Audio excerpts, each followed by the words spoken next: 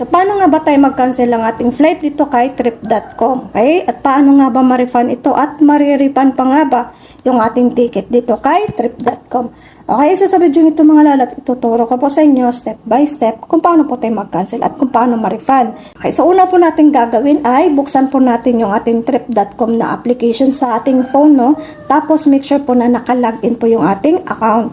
Okay, so ang kasunod po ay pumunta po tayo sa My Trips. Ayan. Itap po natin yan sa ibaba ng screen, no? Tapos dito makikita po lahat ng ating bookings, no? Ang kasunod po ay piliin mo po yung flight mo, no? So, tap mo yung manage my booking para makita mo yung cancel button. So, dito po makikita nyo na yung cancel booking na yan. So, dito bago po tayo mag-click ng cancel booking po, dito na po papasok yung pinaka-importanting part. Kasi bago po kayo mag-cancel booking po, make sure po na nabasa nyo yung mga refund details, no?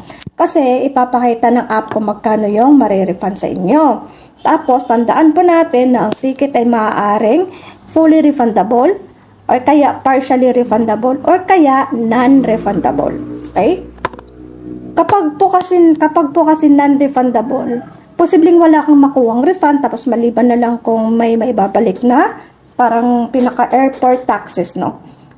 Okay, so kasi ang refund ay depende po sa policy ng airlines natin, tapos uri ng ticket na binili mo, o kaya yung ilang araw bago ang flight. Kaya siguraduhin po bago po magpindot ng ating cancel booking, siguraduhin po na nabasa po natin bago tayo mag-confirm. So dito po pwede na nating i-next yan, confirm cancellation, ayan.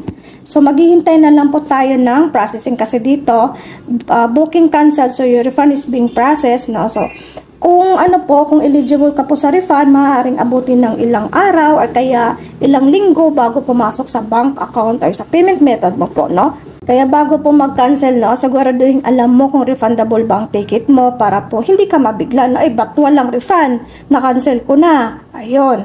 Kasi depende po yan sa policy ng airlines. Kung non-refundable, kagaya ng Cebu Pacific, parang non-refundable yan kung ikaw mismo magka-cancel, no? So, klaro po yan. So, kung nakatulong po ang video nito, huwag niyo pa sana kakalimutan mag-subscribe, mag-like. Kung may mga tanong pa po kayo, huwag po kayong mahiya pong mag-comment lang po sa baba.